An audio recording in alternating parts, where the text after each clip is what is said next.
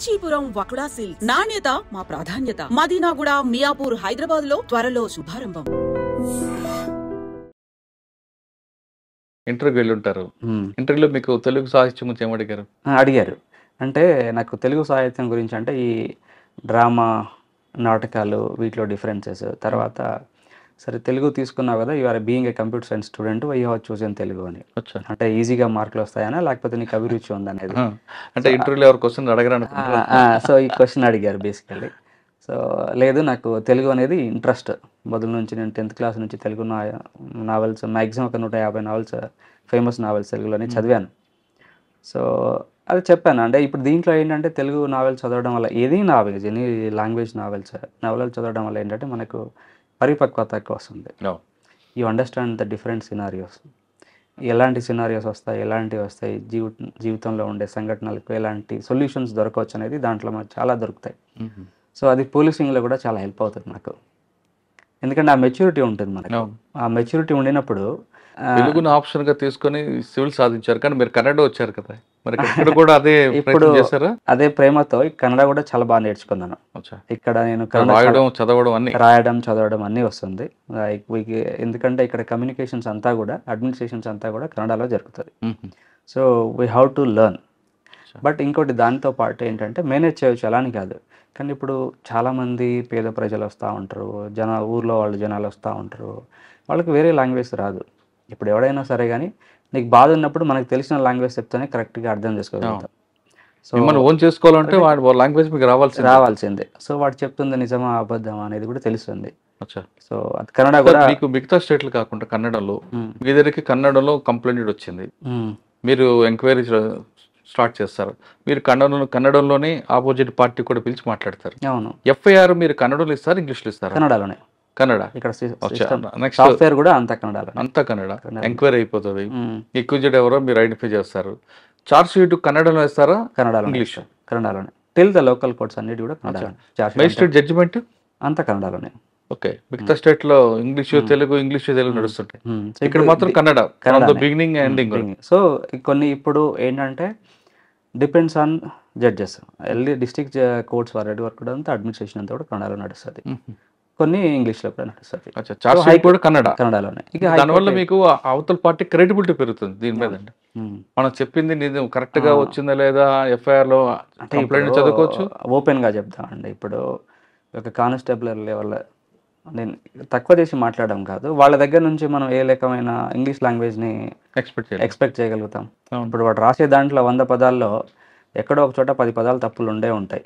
అదంతా ఎందుకంటే మన లాంగ్వేజ్ కాదు, మనం నేర్చుకొని లాంగ్వేజ్ భాషా జ్ఞానం నేర్చుకొని దీంట్లో పైగా ఈ టిపికల్ వర్డ్స్లో లీగల్ టర్మ్స్లో రాయడం అనేది చాలా కష్టం కాబట్టి వాళ్ళు కూడా కొన్ని కాపీ పేస్ట్ చేస్తుంటారు.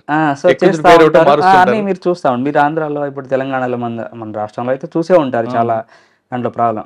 సో దీంట్లో ఏంటంటే ఇప్పుడు ఏ ఊర్లో ఉన్న జనాలని నేనేం చెప్తున్నాను, కోర్టులో ఏం రాస్తున్నాను అనేది వాడికి క్లియర్గా తెలుస్తుంది. కూడా తెలుస్తుంది చేసిన నేరం ఏంటి, ఎందుకు శిక్ష పడింది అని క్లియర్గా తెలుస్తుంది. సార్ మీరు ఫస్ట్ పోస్టింగ్ ఎన్పిఏ ట్రైనింగ్ అయిన తర్వాత? ఎన్పిఏ ట్రైనింగ్ అయిన తర్వాత నా ట్రైనింగ్ వచ్చేసి శివమొగ్గ డిస్ట్రిక్ట్లో ఎలక్షన్ టైంలో ట్రైనింగ్ అక్కడ 6 months. That is also very communally sensitive. First posting training first posting నాకు మంగళూరులో బంట్వాళ సబ్ డివిజన్ అని ఉంది. సో ఇప్పుడు ఉన్న దాంట్లో అంటే కొంచెం అది మంగళూరు మీకు ఐడియా ఉంది. సో అక్కడ కొంచెం కమ్యూనల్లీ సెన్సిటివ్, అంటే కొంచెం మత కలహాలు ఉండడం అనేది కొంచెం సాధారణంగా జరుగుతూ ఉంటుంది, అది ఎప్పుడు నడుస్తూ ఉంటుంది అక్కడ. సో అక్కడ ఏంటంటే మా ఉన్న కర్ణాటకలో బెంగళూరుకి బతుకల్ కూడా మీకే వస్తుందా? లేదు, అది వేరే జిల్లా. బతుకల్ అనేది ఇంకోటి కారవాడ జిల్లా. కారవాడ అని ఇంకోటి. ఫస్ట్ పోస్ట్ మార్కింగ్ చెప్పండి, అక్కడ మీకు వచ్చిన ఛాలెంజ్ ఏంటి, తీసుకున్న యాక్షన్? ఫస్ట్ పోస్ట్ మార్కింగ్ అంటే అప్పుడు ఆ టైంలో 2019లో ఒకటి ఎంపీ ఎలక్షన్స్, ఇంకోటి మనకు ఎన్ఆర్సీసీఏ అని ప్రొటెస్ట్ నడుస్తూ ఉండే అప్పుడు. So and that is district అంటే మంగళూరులో కూడా అది ఏంటంటే కమ్యూనల్లీ చాలా సెన్సిటివ్. అంటే ఈ విషయాలు యాక్చువల్ హ్యాండిల్ చేయడం అనేది చాలా, ఏ ఒక్కరి సైడ్ అయినా మీరు మాట్లాడినారనుకోండి ఇటు సైడ్ దెబ్బడి పెట్టిపోతారు. అండ్ ఇంకా అక్కడ ఎట్లా ఉంటుందంటే ఒక్కసారి ఈయన కమ్యూనల్ రైట్స్ స్టార్ట్ అవుతే నెలల తరబడి జరుగుతాయి. అలా హిస్టరీ ఉంది మా దగ్గర కర్ణాటకలో. సో ఎనీ సిచ్యువేషన్ వాళ్ళైనా కానీ అవతల వాళ్ళు అక్యూజ్డ్ వాళ్ళు ఎంత ఇన్ఫ్లుయెన్స్ అయిన వాళ్ళని go legal, this is the stand. అది నాకు ఫస్ట్ పోస్టింగ్లో నేను నేర్చుకున్న అంటే మీకు అక్కడే మాబ్ మేనేజ్మెంట్ వచ్చిందా? వచ్చింది. ఎగ్జాక్ట్లీ అది చెప్పొచ్చు నిజంగా. ఎందుకంటే ఆ రోజు సార్ ఇప్పుడు కమ్యూన్లో స్టార్ట్ అయింది అనుకోండి, మీకు రెండు వైపులు చూసి స్టోన్ బెల్టింగ్ అవుతుంటది, ఒకవైపు మీరు బ్యాటింగ్ ఇవన్నీ నడుస్తుంటాయి, మ్యాచింగ్ మ్యాచ్ అవుతుంటది. ఎలా అండి వాళ్ళని హడిల్ చేసుకుని కంట్రోల్ చేసుకుంటూ వెళ్తారు? అంటే కంపార్ట్మెంట్ సెక్షన్లోకి వెళ్తారా, లేదా ఒకేసారి మాబ్ అంతా కంట్రోల్ చేస్తారా, లేదా ఒకరిని టార్గెట్ చేస్తే మిగతా అంతా డిస్పోజ్ అవుతుంది? ఇప్పుడు కొన్నిసార్లు మన దగ్గర ఫోర్స్ చాలా ఎక్కువ ఉంది అనుకోండి, we can take at a time, okay, అందరినీ తీసుకోవచ్చు. ఇప్పుడు కొన్నిసార్లు ఏంటంటే అయితే ఏదైనా ఒక సడన్గా ఒక చిన్న టౌన్లోకి వెళ్తారు, ఏదైనా ఒక టౌన్ ఒక చిన్న పట్టణంకి వెళ్తే మీరు సడన్గా 1000 మంది వచ్చేసారు, మన దగ్గర 10 మంది ఉన్నారనుకోండి, then the strategy has to be different. Strategy మారిపోతుంది. ఇప్పుడు మన 10 మందే ఉన్నారు, వాళ్ళు 1000 మంది ఉన్నారు, మీరు ఎంత లాఠీ చార్జ్ చేసినా వాళ్ళని కంట్రోల్ చేయడం కష్టం కదా. So that time you have to choose otherwise. So అక్కడ లీడర్స్ ఎవరున్నారు, లేకపోతే ఇన్ఫ్లుయెన్షియల్ పీపుల్ ఎవరో వాళ్ళని టార్గెట్ చేస్తాం. So this is the one strategy. ఇప్పుడు మన దగ్గర ఫోర్స్ ఉంది, వాళ్ళు 1000 మంది ఉన్నారు, బట్ ఏదో నేషనల్ హైవేలో జరుగుతుంది, లేకపోతే క్రౌడెడ్ ప్లేస్లో జరుగుతుంది, we can't take chance, will take on everybody at one go. అది మనం సిటిజన్స్ ఉన్న ఏరియాలో అదే ప్రాబ్లం. ఇప్పుడు సిటిజన్స్ ఉన్న ఇప్పుడు మేజర్ ప్రాబ్లం వచ్చేది మనకి సిటిజన్స్ ఉన్నారండి, దాంట్లో మిస్క్రియంట్స్ ఓన్లీ ఒక 10% ఉంటారు. సో ప్రాబ్లం ఏంటంటే అక్కడున్న leader, any police officer mob మెంటాలిటీతో వెళ్ళిపోయినామంటే మనం వాళ్ళ దాంట్లో పడిపోయామన్నట్టు అడుగుతాం సీరియస్గా. అది so you should not be. అక్కడే మనం ఎంత ఓపిక్గా ఉంటామో, ఎంత ప్రశాంతంగా ఉంటామో, there will get good results.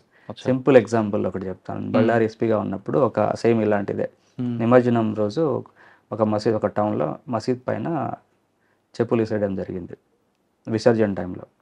ఇటు సైడ్ ఆల్రెడీ ప్రొసెషన్లోకి 10,000 మంది ఉన్నారు, వాళ్ళు సడన్గా ఒక 1000 మంది ఇటు సైడ్ నుంచి కమ్యూనిటీని కూడా వచ్చి జాయిన్. సో ఆ టైంలో ఒక చిన్న ఇష్యూ లేకుండా సాల్వ్ చేయగలిగాం. అది కొన్ని టైంలో ఏంటంటే ఇప్పుడు when required you have to tell lies also. కొన్ని రూమర్స్ వస్తాయి వాటిని. సో ఏంటంటే వాటిని ఎలా అంటే ఇక క్రౌడ్లో మనకు రూమర్స్ మనమే స్ప్రెడ్ చేయాలి. స్ట్రాటజీ అంతే. ఆ టైంలో లేకపోతే అయింది మేము యాక్షన్ చేస్తామంటే అంత గొడవ అయిన తర్వాత, నాశనం జరిగిన తర్వాత నువ్వు ఎంత థరో ఇన్వెస్టిగేషన్ చేస్తే వాట్ ఈస్ ద యూస్? జరగాల్సిన నష్టం అంతా జరిగి ఉంటుంది. ఎవరికో దెబ్బలు పడతాయి, ఇల్లులు పగులుతాయి, లేకపోతే షాప్స్ కాలుతాయి. అవన్నీ కాలిన తర్వాత నేను వాళ్ళని అందరినీ జైలుకి పంపిస్తాను, వాట్ ఈస్ ద యూస్? ఇప్పుడు దెబ్బలు తగిన తిరిగి రాదు, ప్రాణాలు పోతే తిరిగి రాదు. So that's where the strategy lies. So who is the leader of that force that day and what the decision he takes, that's makes matter. అంతే కదండి. సో దానికి ఆ రోజు మేము సీరియస్గా హాఫ్ అన్ అవర్లో ఒక whole town, actually which very, మా మిర్యాల కూడా ఎంత పెద్ద టౌన్, అంత పెద్ద టౌన్ హాఫ్ అన్ అవర్లో we could stop that, close చేయగలిగాం. కమర్షియల్ ఎస్టాబ్లిష్మెంట్స్ అన్ని క్లోజ్ చేయడము, ప్రివెంటివ్ యాక్షన్స్ చేయడము, వాళ్ళని ట్రేస్ చేయడము అని ఒక రూమర్స్ ఎలాంటి జరగలేదని ఒక విషయం రూమర్స్ చేసి వాళ్ళందరినీ కంట్రోల్ చేసి వీ కుడ్ సెండ్ దెమ్, అంటే వాళ్ళని వాళ్ళ ఇంట్లోకి పోయేలాగా చేసాం. ఒక రూమర్ చెప్పండి. అదే ఇది అంటే ఇప్పుడు వాళ్ళు వేయలేదని చెప్తాం. ఎందుకంటే ఇప్పుడు అక్కడ వీడియో రావడానికి టైం పడుతుంది, అట్లీస్ట్ ఒక it may take 1 hour time. ఇది నా బ్రీతింగ్ పీరియడ్. ఈ 1 hourలో what best can you do?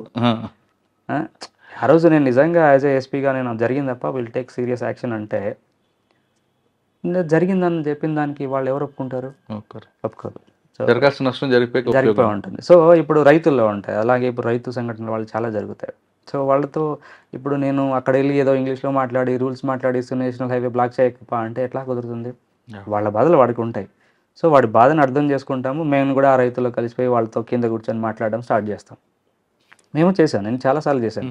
5 నిమిషాల్లో ఇష్యూ సాల్వ్ అయిపోతుంది. ఎవరికి డైరెక్ట్ చేయాలి, మీరు ఎక్కడ చేయాలి, దానికి సొల్యూషన్. నేను కూడా రైతునే, నేను కూడా ఇప్పటివరకు పొలంలో పనిచేసే వస్తూ ఉంటా ఇప్పటికి కూడా. ఐ లైక్ దట్ ప్రొఫెషన్ అన్నిటికంటే ఎక్కువ కంటే.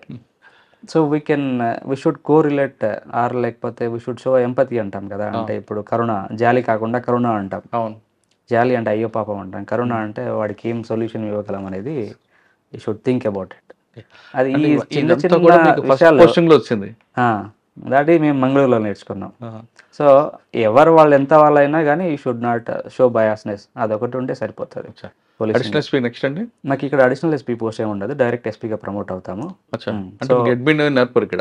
లేరు, అది పార్ట్ ఆఫ్ ట్రైనింగ్ లోనే ఉంటుంది. నాకు పార్ట్ ఆఫ్ ట్రైనింగ్ లోనే అన్నీ ఉంటాయి. ఎస్పీ అంటే ఓఎస్డీ కూడా ఉంటుంది?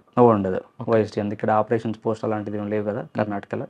సో అలాంటి ఫస్ట్ పోస్టింగ్ ఎస్పీ అయిన తర్వాత ఫస్ట్ పోస్టింగ్ లోకాయుక్తలో ఉన్నాను ఒక 8 months. కర్ణాటక లోకాయుక్త అని మీకు తెలుసు. సార్ లోకాయుక్త నుంచి మాట్లాడొచ్చు అడగొచ్చు అంటే అడుగుతా. చెప్పండి. లోకాయుక్త కర్ణాటకలో చాలా ఫేమస్ అండి. అంటే మిగతా రాష్ట్రాలు ఏసీపీ ఏ విధంగా ఉందో ఇక్కడ ఉంది, కానీ లోకాయుక్తకి పొలిటీషియన్స్ ఎక్కువ భయపడతారు కర్ణాటకలో. అలా ఏం లేదు, అది కంప్లీట్లీ రన్ బై జ్యుడిషియరీ. అంటే ఇప్పుడు అక్కడ ఉండేవాళ్ళు లోకాయుక్త, ఇప్పుడు హానరబుల్ లోకాయుక్త ఎవరైతే ఉండారో వాళ్ళు రిటైర్డ్ సుప్రీంకోర్టు అని హైకోర్టు జడ్జెస్ వాళ్ళు ఉంటారు.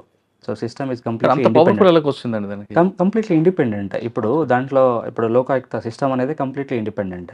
సో ఇప్పుడు ఏసీబీ అనుకోండి, దాంట్లో కొంచెం ఏంటంటే it is under home ministry.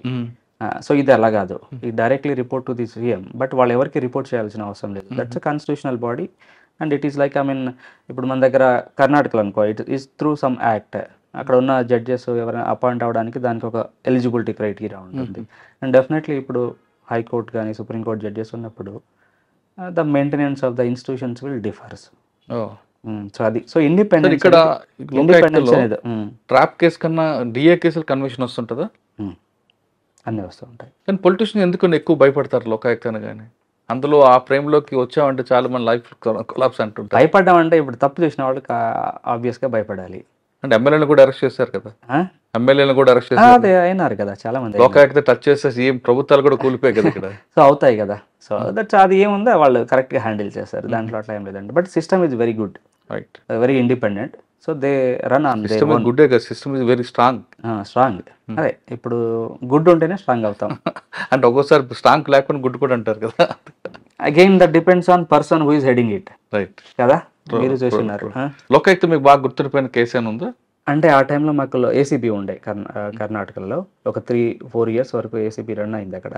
2016లో ACB start అయింది. So Lokayukta was like legal body for enquiries and everything. But old cases అన్ని చేసేవాళ్ళం.